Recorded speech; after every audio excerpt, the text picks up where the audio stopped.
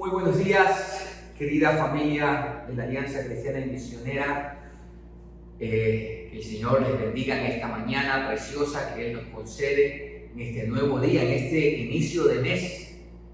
Miren cómo pasan de rápido los días, ya estamos mitad de este año 2021.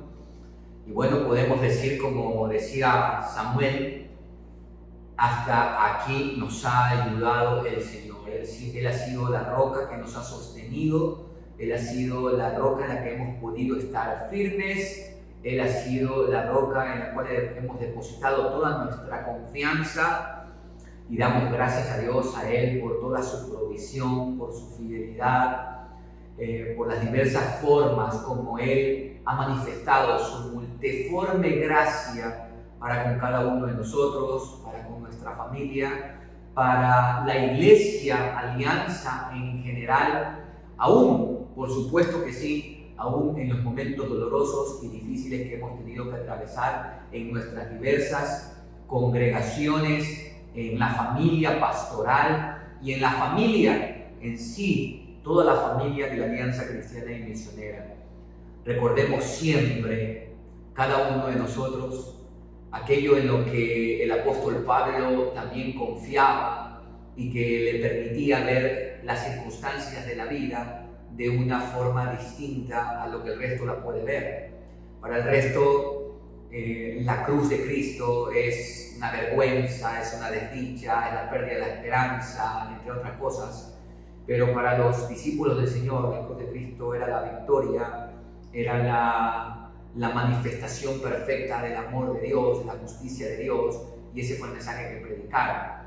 Y Pablo miraba todas las cosas desde esa perspectiva, de la bondad, la misericordia, el amor de Dios, y por eso él pudo decir que a los que amamos a Dios, todas las cosas nos ayudan a bien. Esto es conforme a lo que conforme a su propósito hemos sido llamados.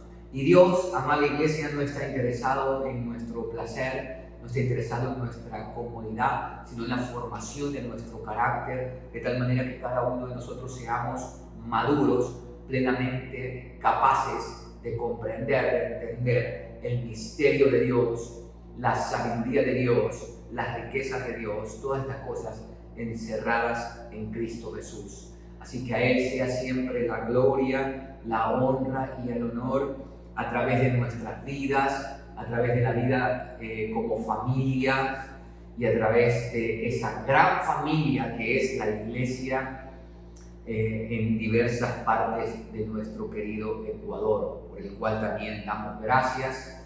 Ya tenemos, se acaba de posesionar la semana anterior el nuevo presidente. Esta mañana vamos a aprovechar también para orar por este hombre a quien Dios ha puesto, recordando que Dios es el que pone, Dios es el que quita, y que pues este gobernante, Dios le conceda, como él mismo lo ha pedido, la sabiduría, la dirección para poder dirigir el país de tal manera que todas estas situaciones que estamos enfrentando puedan ir siendo solucionadas a la mayor brevedad posible. Bien, amados, en esta mañana vamos a tener la lectura bíblica en el Evangelio de Marcos. La semana anterior también vimos en el Evangelio de Marcos. Esta vez vamos a leer el capítulo 12 de Marcos. Dice la palabra del Señor: Jesús comenzó a hablarles por medio de parábolas. Un hombre plantó una viña, le puso una cerca, le cavó un lagar, levantó una torre y la arrendó a unos labradores. Luego se fue lejos. A su debido tiempo envió un siervo a los labradores para que le entregaran la parte de lo que la viña había producido. Pero los labradores lo agarraron y lo golpearon y lo mandaron con las manos vacías. Volvió a enviarles otro siervo, pero a este lo descalabraron y lo insultaron. Volvió a enviar a otro más y a este lo mataron. Después mandó a muchos otros, pero a unos los golpearon y a otros los mataron. Todavía le quedaba uno a quien enviar, que era su hijo amado, y finalmente lo envió a ellos, pues pensó: a mi hijo lo respetarán. Pero aquellos labradores se dijeron unos a otros: este es el heredero, vamos a matarlo y la herencia será nuestra. Y lo agarraron y lo mataron, y luego arrojaron su cuerpo fuera de la viña. ¿Qué hará entonces el dueño de la viña? Pues irá y matará a los labradores y dará su viña a otros. Ni siquiera han leído la escritura que dice: la piedra que desecharon los constructores ha venido a ser la piedra angular. Esto lo ha hecho el Señor y a nuestros ojos es una maravilla. Al darse cuenta de que Jesús había contado esta parábola por causa de ellos, quisieron aprenderlo, pero como temían a la multitud, lo dejaron y se fueron. Luego mandaron gente de los fariseos y de los herodianos para atrapar a Jesús en sus propias palabras. Cuando aquellos llegaron, le dijeron: Maestro, sabemos que hablas con la verdad y que no permites que nadie influya en ti, ni te dejas llevar por las apariencias humanas, sino que enseñas con verdad el camino de Dios. Dinos, ¿es lícito entonces pagar tributo al César o no? ¿Debemos pagarlo o no? Pero Jesús percibió la hipocresía de ellos, así que les dijo: ¿por qué me tienden trampas? Tráiganme una moneda para que la vean. Cuando se la llevaron, él les dijo: ¿de quién es esta imagen y esta inscripción? Ellos respondieron: del César. Entonces Jesús les dijo: pues den al César lo que es del César y a Dios lo que es de Dios. Y se quedaron admirados de él. Se le acercaron entonces los saduceos, que dicen que no hay resurrección, y le preguntaron: Maestro, Moisés nos escribió que si el hermano de alguien muere y deja a su esposa sin hijos, algún hermano suyo debe casarse con la viuda para darle descendencia a su hermano muerto. Se dio el caso de 7 hermanos. El primero de ellos se casó y murió sin dejar descendencia. El segundo se casó con la viuda y murió, y tampoco dejó descendencia. Lo mismo pasó con el tercero y con los 7, y ninguno de ellos dejó descendencia. Al final todos murieron y también la mujer. En la resurrección, cuando todos resuciten, ¿esposa de cuál de ellos será esta mujer? Puesto que los 7 estuvieron casados con ella. Jesús les respondió: el error de ustedes es que no conocen las Escrituras ni el poder de Dios. Porque cuando los muertos resuciten, no se casarán ni se darán en casamiento, sino que serán como los ángeles que están en los cielos. Pero en cuanto a la resurrección de los muertos, ¿acaso no han leído en el libro de Moisés? Allí dice que Dios le habló en la zarza y le dijo: yo soy el Dios de Abraham, el Dios de Isaac y el Dios de Jacob. Así que ustedes están muy equivocados, porque Dios no es un Dios de muertos, sino el Dios de los que viven. Uno de los escribas, que había estado presente en la discusión y que vio lo bien que Jesús les había respondido, le preguntó: de todos los mandamientos, ¿cuál es el más importante? Jesús le respondió: el más importante es: oye Israel, el Señor nuestro Dios, el Señor es uno. Y amarás al Señor tu Dios con todo tu corazón y con toda tu alma y con toda tu mente y con todas tus fuerzas. El segundo en importancia es: amarás a tu prójimo como a ti mismo. No hay otro mandamiento más importante que estos. El escriba le dijo: bien, maestro, hablas con la verdad cuando dices que Dios es uno y que no hay otro Dios fuera de él. Y que amarlo con todo el corazón, con todo el entendimiento y con todas las fuerzas, y amar al prójimo como uno mismo, es más importante que todos los holocaustos y sacrificios. Al verlo Jesús responder de esta manera tan sabia, le dijo: no estás lejos del reino de Dios. Y nadie se atrevía ya a preguntarle nada. Al enseñar Jesús en el templo decía: ¿cómo es que los escribas dicen que el Cristo es hijo de David? David mismo dijo por el Espíritu Santo: el Señor le dijo a mi Señor: siéntate a mi derecha hasta que ponga a tus enemigos por estrado de tus pies.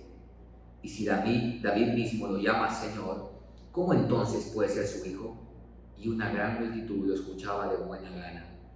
En su enseñanza también les decía: cuídense de los escribas, porque les gusta pasearse con ropas largas y les encanta que los saluden en las plazas, y sentarse en las primeras sillas de las sinagogas, y ocupar los mejores asientos en las cenas.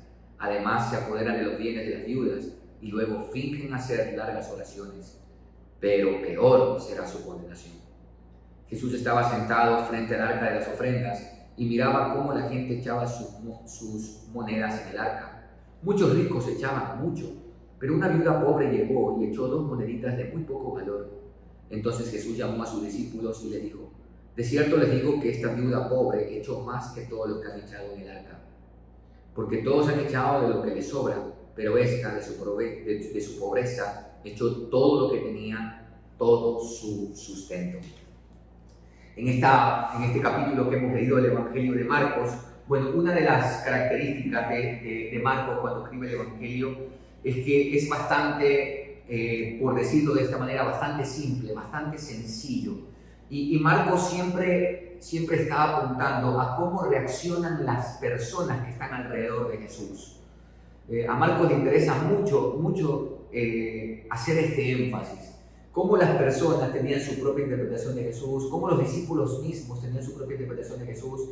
A Marcos le interesa mucho resaltar cómo a los discípulos les parecía inconcebible muchas cosas que hacía Jesús. Recuerda la semana anterior que estudiamos el pasaje de que Jesús alimenta a las 5.000 personas y luego camina sobre el mar y dice que ellos no habían entendido lo de la alimentación de los 5.000, la multiplicación de esos panes y esos peces.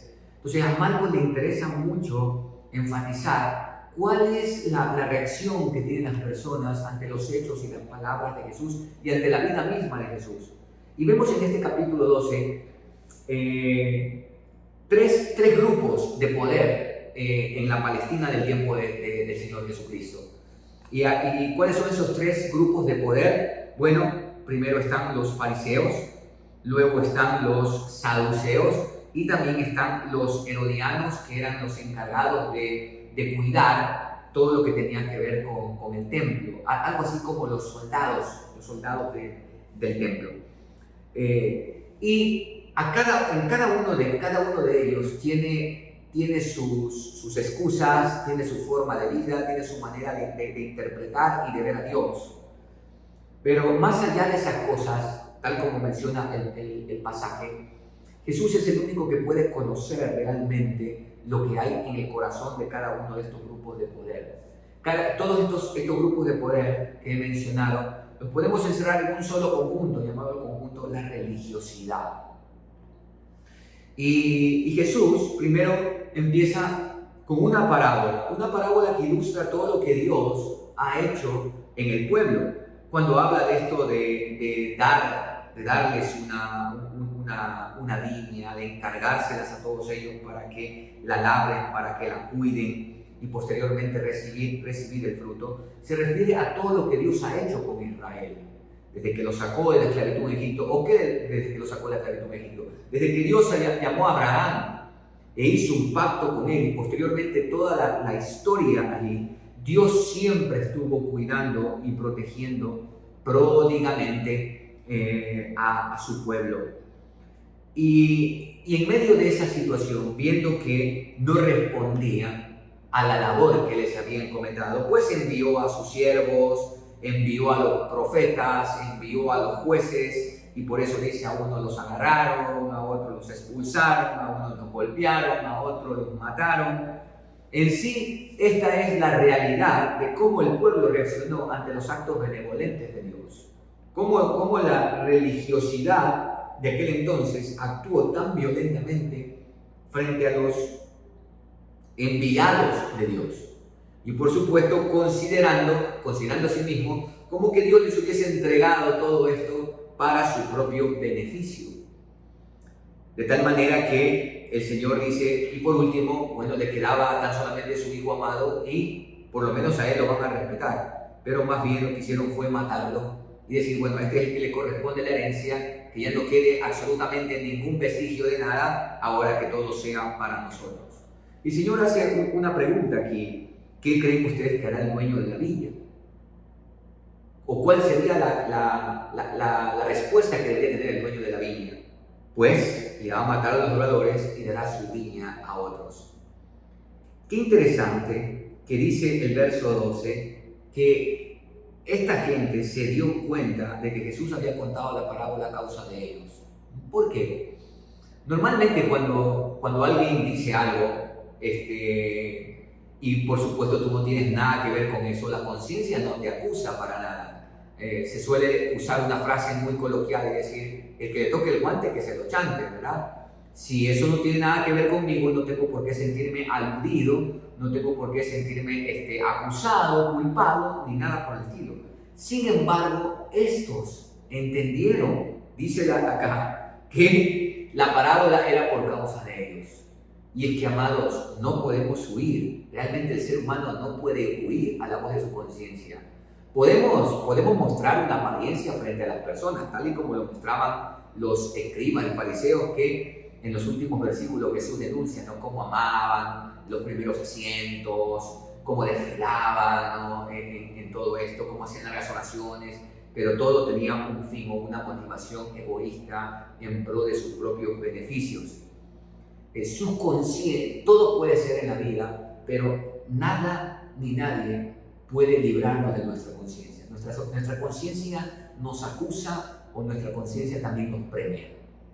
De hecho, valga aquí la oportunidad para mencionarle que esto es a lo que se refiere el apóstol Pablo cuando escribe a los Romanos en el capítulo 2.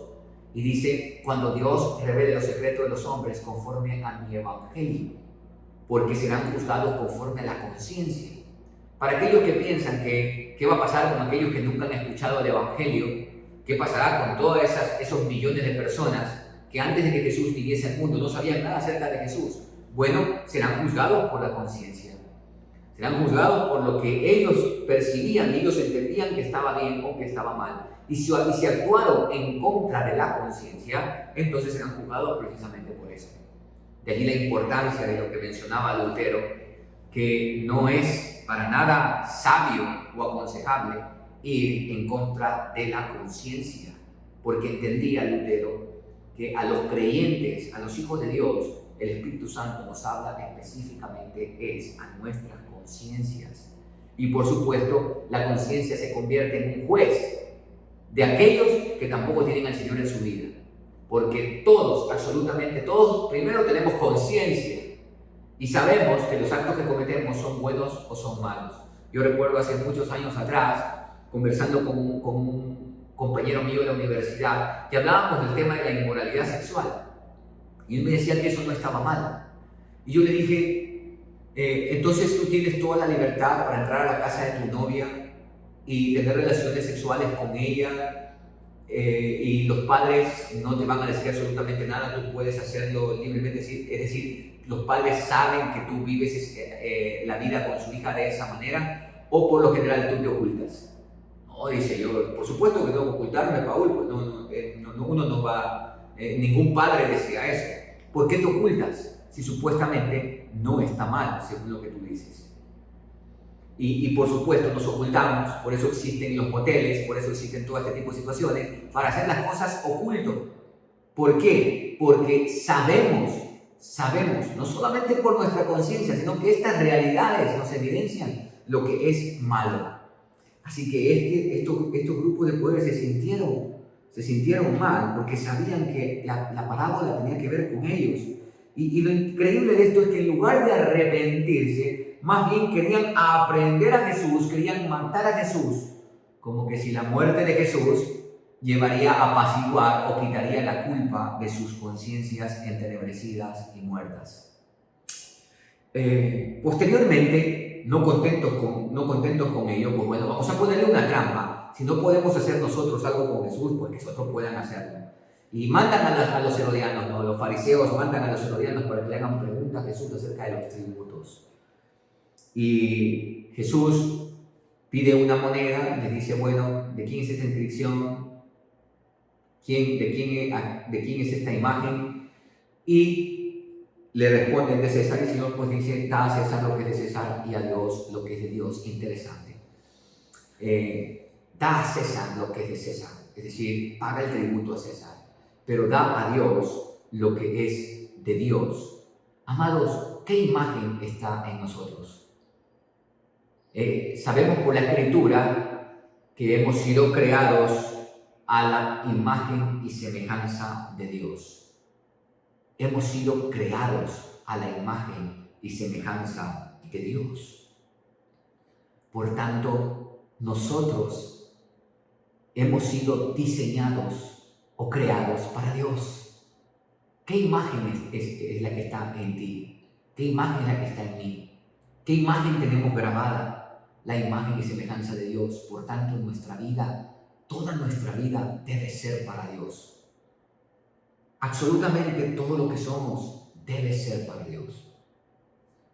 Luego se acercan los saduceos, que eran la élite de aquel entonces. De hecho, eran el grupo de los saduceos donde se elegía al sumo sacerdote. Ya aquí no tenía nada que ver con la tribu de Leví o cosas por el estilo, aunque ellos se habían asumido el derecho de ser descendientes de Leví, para nada. El asunto del sumo sacerdocio en los tiempos de Jesús era cuestión de dinero, ¿sí? Era de comprar esa plaza, por decirlo de esta manera, tal como hacían los publicanos, y tener mi propio negocio. Por eso que Jesús dijo que habían convertido el templo en cueva de ladrones. Ahí se ocultaban todo lo que realmente eran a través de una falsa piedad. Y dice la Escritura que, bueno, los saduceos, entre todo lo que eran, teológicamente hablando, no creían en la resurrección. Los fariseos sí creían en la resurrección. Y le plantean un cuestionamiento a Jesús de estos hermanos que mueren y que Moisés, en la ley del levirato, a propósito de la ley del levirato, la palabra significa, es una palabra técnica que habla del cuñado. Entonces, lo que había que hacer con el cuñado, con el hermano. Y el Señor Jesús les menciona a estos saduceos, frente a la pregunta que le hacen de quién va a ser mujer, les dice: el error de ustedes es que no conocen la Escritura y el poder de Dios. Qué tremendo lo que les dice Jesús. No conocen las Escrituras. La Reina Valera del 60 dice: ustedes hierran en el conocimiento de las Escrituras. Y otra cosa es que ustedes ignoran el poder de Dios, ignoran lo que Dios puede hacer, ignoran que Él es todopoderoso para hacer las cosas conforme a sus propósitos. Y no les dice nada más, solamente decirles que en la resurrección nadie se va a dar en casamiento, sino que serán como los ángeles. No es que se convierten en ángeles. Hay muchos que piensan que ya la gente muere y se convierte en un ángel. No. Serán como los ángeles. Es decir, está dando una ilustración. ¿Y en qué sentido como los ángeles? Los ángeles pues no tienen sexo en eso. Y todos los ángeles no se casan. Entonces ese es el sentido. Y además de esto les dice: pero en cuanto a la resurrección, ¿acaso ustedes no han leído que Dios no es un Dios de muertos, sino un Dios de vivos? Porque ¿por qué Dios, cuando se presenta a Abraham, le dice: yo soy el Dios de Abraham, el Dios de Isaac y el Dios de Jacob? Dios no es un Dios de muertos, Dios es un Dios de vivos. Por supuesto que sí, amados, porque una vez que nosotros hemos hecho nuestro último suspiro, hemos dado nuestro último suspiro y han cesado las funciones orgánicas de nuestro cuerpo, inmediatamente entonces estaremos con el Señor. La muerte no es el fin, la muerte es el umbral, es un medio para estar con el Señor o para vivir alejados de Él por toda la eternidad. Dios no es un Dios de muertos, es de personas que vivimos, y por eso es que aquellos que han partido del Señor, su vida todavía nos habla y sabemos que están en la gloria con Él. Posteriormente se acerca uno de los escribas que había escuchado todo esto, cómo Jesús había respondido a los herodianos, la parábola que había hecho y cómo había respondido a los saduceos, y le pregunta acerca de cuál es el más grande mandamiento. Y la pregunta es legítima porque en la ley de Moisés hay 613 admoniciones o mandamientos. ¿Cuál de todos ellos es más importante? Y Jesús tomó toda la ley, todos esos 613 mandamientos, e hizo un compendio en dos. Lo que dice Deuteronomio capítulo 6, 4 en adelante.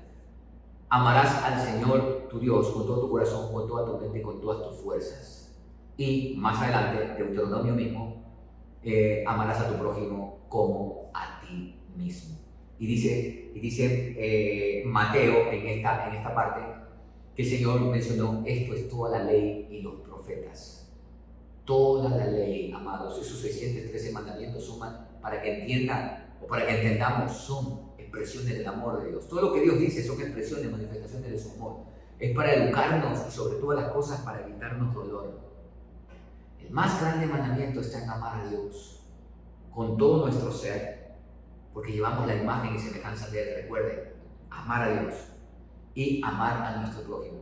San Agustín de Hipona decía que usted ame a Dios, ame a su prójimo y puede vivir como usted quiera. Por supuesto, porque si yo amo a Dios no voy a ofenderle. Si yo amo a mi prójimo no voy a quitarle la vida, no voy a robarle, no voy a hurtarle, no voy a codiciar sus cosas, no voy a codiciar su esposa, no voy a quitar su esposa, no voy a adulterar, no voy a matarle, no voy a levantar un falso testimonio contra él. Toda la ley se resume en el amor.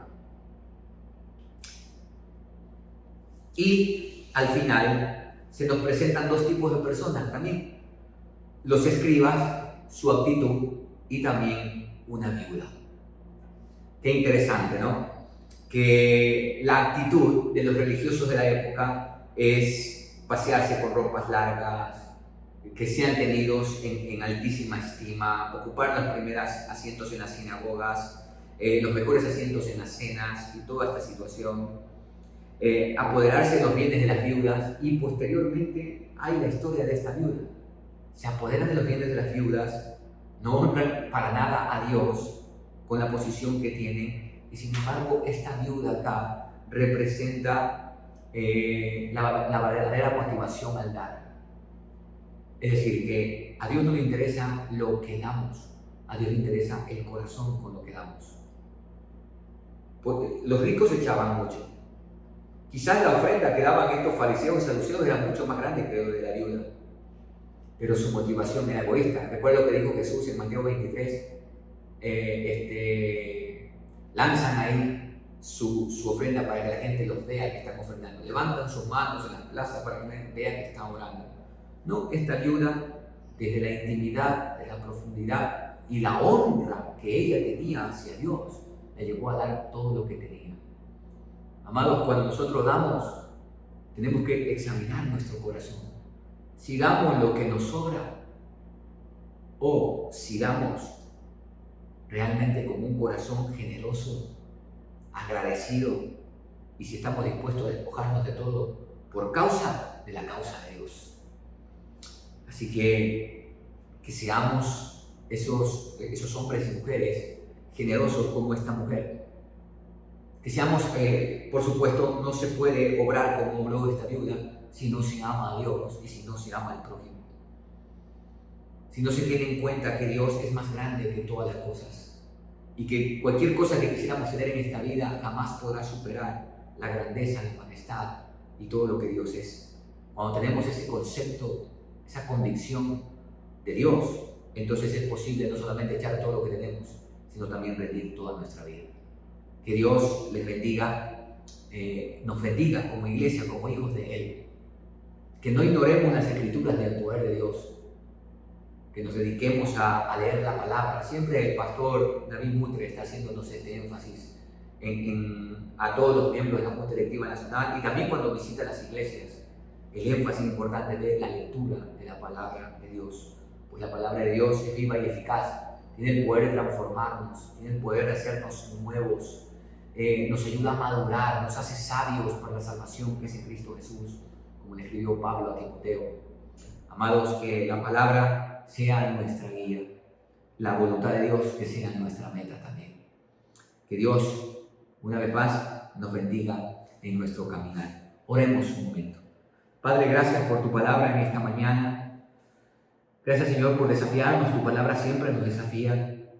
Y quiero rogarte en esta mañana, oh Dios, que nosotros seamos reverentes ante tu palabra, seamos humildes, que doblemos la cerviz y te pedimos que nos des sabiduría, entendimiento de ella para poderla entender.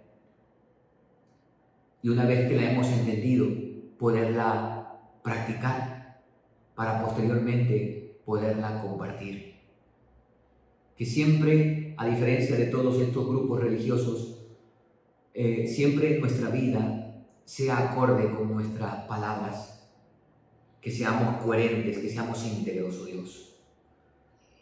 Oramos, Señor, para que la meta que tengamos en nuestra vida sea la de amarte con todo nuestro ser, amar a nuestro prójimo, pues de allí depende todo, absolutamente todo. Es de allí donde nacerá la capacidad para rendirte no solamente lo que tenemos, sino también lo que somos. Como aquella viuda, entregó todo lo que tenía porque ella ya había entregado su vida. el resto simplemente es por añadidura. En medio de tantas situaciones que vivimos hoy, de gente que aun cuando está en la iglesia es falta de generosidad, su falta de generosidad es por una falta de convicción y de conciencia y conocimiento de quién eres tú. Pues Señor, quienes te conocemos, sabemos que eres ampliamente generoso y lo único que hacemos es replicar la generosidad en medio de un mundo egoísta, en medio de un mundo individualista, en medio de un mundo que busca su propio beneficio, su propio confort y no se desprende hacia la necesidad de los que están a nuestro alrededor. Guíanos, Señor, en cada día. Te lo rogamos en el nombre de Jesús. Amén y amén. Bien, amados, vamos a tener nuestro tiempo acostumbrado de oración. Y bueno, en este primer tiempo vamos a orar por todo este nuevo proceso de vacunación que se ha establecido aquí en el país y por supuesto también en toda América Latina, en Europa y en Asia.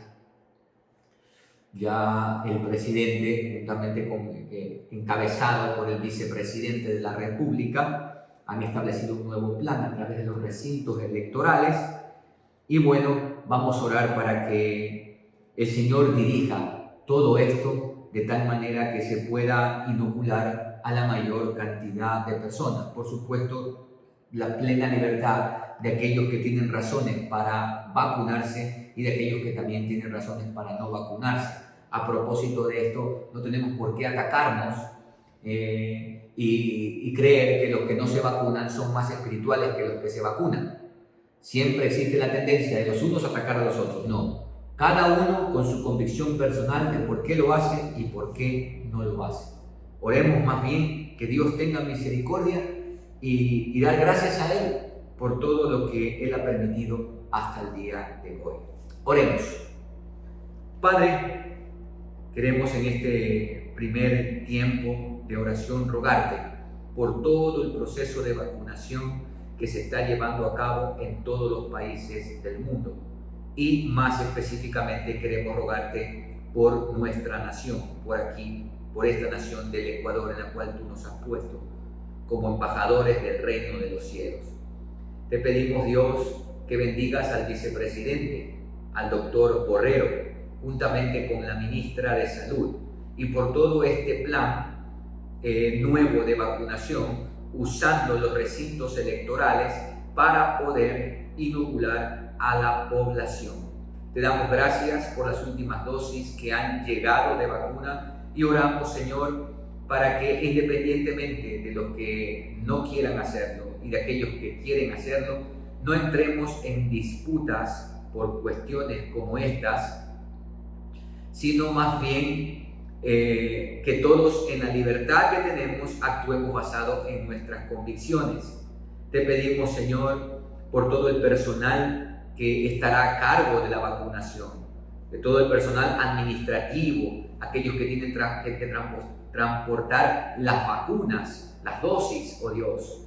Te pedimos también para que las dosis sean puestas a tiempo y si por alguna razón, porque nada es infalible, solo tú, se demora en 1 o 3 días, que entendamos que los médicos, los científicos están diciendo que no hay ningún problema si se tardan días para la segunda dosis, si se pasan los días para la segunda dosis, que aprendamos a ser pacientes en medio de toda esta situación que estamos viviendo. Ya hemos vivido lo peor, ahora nos encontramos no en una etapa buena, Señor. No podemos decir que esto ya no es algo de qué preocuparse, pero sí podemos, Señor, agradecerte por la provisión tuya, por el cuidado tuyo y porque de alguna manera las autoridades tienen esto en cuenta y están tomando manos a la obra para mejorar en la asistencia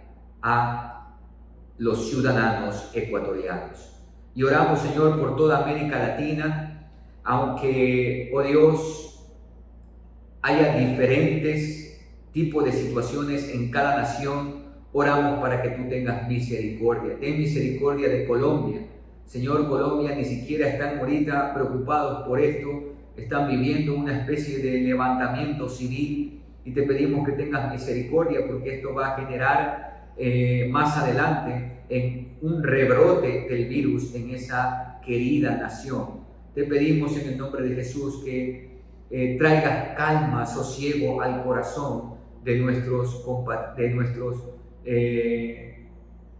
amigos, de nuestros vecinos de Colombia. Lo mismo, Señor, para Perú, lo mismo, Señor, para Chile, para Argentina, para Bolivia, para Brasil, Señor. Te pedimos en el nombre de Jesús que bendigas todas estas naciones, a Cuba, a Venezuela. Te rogamos, Señor, por tu misericordia y tu asistencia en todo este proceso de vacunación en las diferentes naciones de Latinoamérica, por supuesto también de Europa y de Asia. Te lo pedimos en el nombre de Jesús. Amén y amén. Amados, en este segundo tiempo de oración vamos a orar por el presidente de la República, el señor Guillermo Lasso.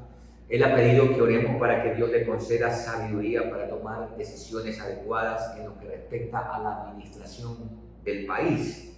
Pues en base a la petición que él ha hecho, vamos a orar en esa dirección, pidiendo a Dios que le conceda lo que él ha pedido, sabiduría. Y vaya que la necesita. Señor, ahora queremos rogarte por el presidente que tú has puesto en el sillón de Carondelet, el señor Guillermo Lasso. Te agradecemos por él. Te agradecemos, Señor, por el valor que este presidente le da a la familia, al matrimonio. Gracias porque tiene en alta estima la institución de la familia en medio de un tiempo donde la familia está siendo menospreciada, menoscabada y por supuesto también tergiversada. Señor, hemos vivido más de 2000 años, mucho más de 2000 años, entendiendo que la familia es el pilar fundamental de toda sociedad. Y si retrocedemos en el tiempo, hablando de los días, de los tiempos antes de que el Señor Jesucristo apareciera, la familia seguía siendo el pilar fundamental de la sociedad. Es la única institución donde nos podemos ayudar, donde podemos crecer. Es la única institución donde hay reproducción para llenar la tierra y sojuzgarla. Es la única institución donde se dan todos los elementos para el sostenimiento de una sociedad, para el avance, el crecimiento de una sociedad. Y gracias porque el presidente lo tiene bien en cuenta. Pero ahora, Señor, te rogamos, conforme a la petición que Él nos ha hecho, Él ha pedido al pueblo ecuatoriano que pidan a Dios que le conceda sabiduría para tomar decisiones en su administración. Señor, no es para nada fácil, pero como Él mismo lo mencionó, cuando tenemos un plan, cuando tenemos una meta trazada y somos coherentes, sobre todo coherentes y éticos, Señor, podemos clamar a ti por sabiduría para que tú bendigas los proyectos. Así que, Señor, oramos para que tú le concedas lo que el presidente pide. Dios mío, nuestro país necesita de un gobernante sabio, que sepa tomar decisiones en pro de los 17 millones de ecuatorianos que vivimos acá, no en pro de un grupo, de un colectivo, no en pro, Señor, de unos cuantos, sino en pro de los 17 millones de ecuatorianos. Necesitamos un presidente que una al país, no que lo divida. Necesitamos un presidente que sus decisiones estén basadas en la verdad. Él dijo algo que yo oro para que tú no lo hagas caer en tierra. Él dijo que te pidamos a ti para que Él sepa discernir entre lo que es conveniente y lo que es correcto. Oh Señor, eso es una inmensa petición. Y oramos para que tú le concedas al presidente en estos 4 años de mandato ser coherente en toda su administración. Pero Señor, sabemos que no solamente depende de él, también sus ministros. Oramos por todo su gabinete ministerial para que sea coherente y en base a la visión que ha establecido el presidente, ellos apoyen tal visión y se dediquen a servir a este país del cual los gobernantes se han servido, no han vivido para servir, sino que han ejercido su poder para servirse, para enriquecerse ellos. Y hoy, Señor, hemos visto tristemente un país, un estado quebrado, no tenemos reservas, toda una situación calamitosa en las unidades médicas, en la educación. Señor, oramos para que tú dirijas al señor Guillermo Lasso, al vicepresidente de la República y también a cada uno de los ministros. Los ponemos en tus manos en el nombre de Jesús. Amén y amén. Hermanos, en este tercer tiempo vamos a orar por todos los docentes y el personal administrativo y por supuesto los estudiantes del Seminario Bíblico Alianza del Ecuador. Ya se empezó ese nuevo semestre, seguimos en la modalidad virtual y oremos, hermanos, para que en medio de todo lo que implica las implicaciones de la modalidad virtual podamos continuar y en algún momento volver a esa normalidad de esas clases presenciales que jamás, creo yo, bueno, desde mi experiencia, ¿no? Yo no creo que se pueda igualar la educación virtual a la presencial, para nada. No hay nada como lo presencial, no hay nada como estar con el maestro, no hay nada como estar rodeado por los otros estudiantes, es una convivencia muy, muy especial. Oremos entonces, hermanos, por esto. Señor, ahora queremos rogarte por todo el personal administrativo, encabezado por el rector del Seminario Bíblico Alianza del Ecuador, nuestro querido amigo y pastor Pablo Gutiérrez. Oramos que tú lo bendigas a él, a su esposa Eunice, a sus hijos, Señor. Que tú les concedas a él toda la sabiduría, la fortaleza necesaria para todo lo que implica su función como rector. Y oramos por todo el personal administrativo, por cada uno de ellos, Señor, por todos los que están en la contabilidad, todos los que están en la parte académica. Señor, te pedimos que tú les guardes, que tú les sostengas en medio de todo esto. Oramos por cada uno de los docentes, por los maestros de las diferentes cátedras que se dictan en el seminario, para que tú los bendigas, para que seamos, y me incluyo, Señor, porque soy parte del staff de docentes, para que seamos estudiantes también de tu palabra, para que profundicemos en nuestra cátedra y demos todo, absolutamente todo a los estudiantes. Y oramos por ellos también, para que tú les des fortaleza, Señor, en medio de todo lo que implica el estudio online, en la modalidad virtual, y las tareas y las lecturas, y en un tiempo bastante apretado, Señor. Oramos para que tú les des paz en el corazón, paciencia también, de tal manera que ellos puedan asimilar, que no corran en sus lecturas, en sus tareas, sino que asimilen todo el conocimiento y no solamente asimilarlo y conocer por conocer y nada más, sino que se encarne en el corazón y eso se penetre a la voluntad misma, de tal manera que sean moldeables para que la imagen de Cristo sea formada en sus vidas. Allí estarán los nuevos pastores, maestros, evangelistas, directores de alabanza, y te agradecemos por sus vidas y oramos para que tú los dirijas para la gloria y para la honra de tu santo nombre. En Cristo Jesús. Amén y amén. Hermanos, ahora vamos a orar por el territorio ecuatoriano, que el Señor, en especial, ¿no?, por la parte agrícola, por nuestros campesinos, para que el Señor bendiga nuestra tierra y bueno, o la siga bendiciendo, porque nuestra tierra es bendecida, hermanos.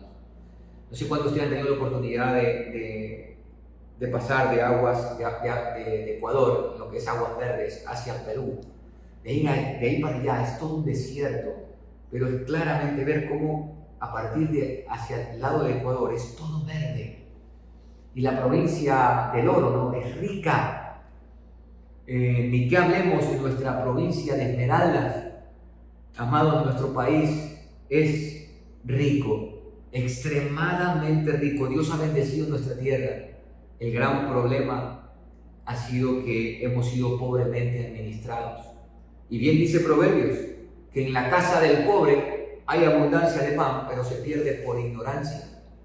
Y también se pierde por la iniquidad. Y también se pierde por la inmoralidad, que han sido características de quienes nos han gobernado hasta ahora. Oremos para que el Señor siga bendiciendo nuestra tierra y las personas que tienen sus fincas, que producen, sean sabios en la manera como lo hacen. Señor, más que una petición, es una acción de gracias por la tierra que tú nos has dado. Tú has hecho que nuestra tierra produzca, tomando lo que dice la parábola, a 30, 60 y 100 por uno. Tenemos un país rico, Señor. Tenemos tantos recursos naturales. Nuestra tierra da diferentes frutos dependiendo de las regiones de nuestro país. Tenemos petróleo, tenemos oro, tenemos cobre, tenemos plata, tenemos banano, tenemos cacao, tantas cosas, Señor. Tú nos has puesto en un país, en una tierra donde hay riqueza. Lamentablemente ha sido pobremente administrada.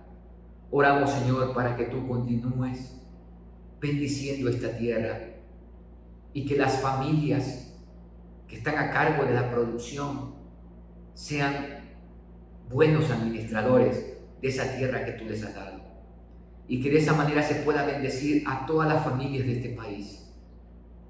Oramos, Señor, para que el gobierno se preocupe de todos ellos. El dinero está en el agro, Señor. Y oramos para que el presidente, que ha dicho que va a dar préstamos a un muy bajo interés para la agricultura, para todos estos proyectos, oramos, Señor, que esto se pueda cristalizar. Pero oramos también para que sean capacitados, de tal manera que puedan darle valor agregado a los productos y de esa manera se constituyan pequeñas y medianas empresas que brinden trabajo a otros y así podamos crecer como país. Gracias, oh Señor, ponemos esto en tus manos en el nombre de Cristo Jesús. Amén y amén. Y hermanos, por último vamos a orar por la economía de nuestro país y por todos los recursos que en el nuevo gobierno se están destinando a la salud, a la educación. Oremos para que el presupuesto que vaya a establecer este nuevo gobierno esté distribuido sabiamente en las áreas más vulnerables, más críticas de nuestro país. Estamos hablando de la altísima desnutrición infantil que tenemos, el incremento de la pobreza. El 75% del país está el 47% del país está en pobreza y hay un 26% que está en extrema pobreza. Eso está en las redes, en el internet, usted lo puede ver en el INE, allí están esas cifras. Oremos, hermanos, porque, como le decía el Señor a través del profeta Jeremías al pueblo de Israel cuando fueron a la deportación en Babilonia, vayan a esa nación, oren por esa nación, hagan bien a esa nación, porque de su bienestar, del bienestar de esa nación, depende el bienestar de ustedes. Así que, amados, el bienestar, la buena administración que haga este gobierno es el bien de todos.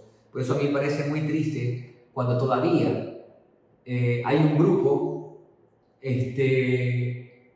que quiere, creo que yo, que hasta anhelan eso, desean eso, que este gobierno le vaya mal, para demostrar que su candidato era el que estaba bien. Cuando, amados, esto no se trata de quién estaba bien, esto se trata de que Dios ya eligió a alguien. Estamos llamados a orar por ese alguien y el bienestar del país es el bienestar de todos. Oremos. Padre, en esta mañana ya, como última petición, queremos pedirte por la economía del país, que ha sido bastante lacerada por la pandemia. Oramos, Señor, sabemos que hay un déficit en la caja fiscal. Oramos, Padre, para que tú le concedas a todo el gabinete del presidente y especialmente al ministro de Economía y Finanzas directrices claras para la distribución sabia de los recursos que el Estado ahora posee.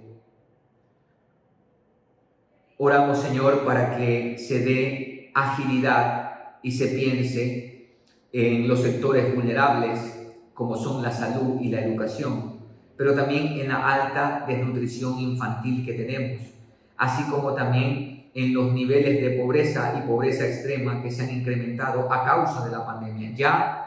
Ya había pobreza, Señor, pero ahora esos que estaban en la pobreza ahora han pasado a extrema pobreza porque ya no tienen un sustento diario para sus familias.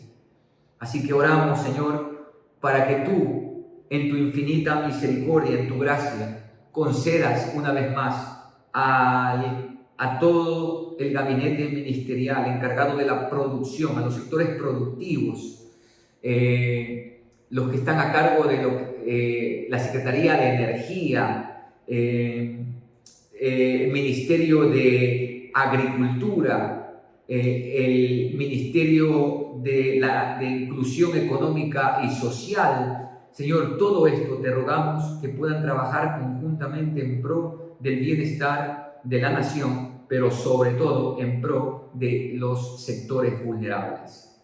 Ponemos esto en tus manos, Padre, reconociendo que eres tú el que nos ha sostenido hasta ahora en medio de tanta corrupción, Señor. Si hoy estamos acá es y solamente por tu gracia. Así también confiamos que tú continuarás, Señor, con tu provisión a nuestra vida, con tu misericordia sobre esta nación. Te lo pedimos y te agradecemos en el nombre que es sobre todo nombre, en el nombre de Jesús. Amén y amén. Amada iglesia, que tengan una buena y excelente semana, que Dios les guarde. No se olviden, amen a Dios con todo su corazón, mente y fuerzas. Amen a su prójimo como a ustedes mismos. Que tengan un lindo día, que Dios los bendiga, que Dios los guarde, que Dios haga resplandecer su rostro sobre ustedes, sobre todo lo que ustedes hacen, sobre todos los roles que ustedes desarrollan y que Él les dé paz en el corazón. Bendiciones. Hasta pronto.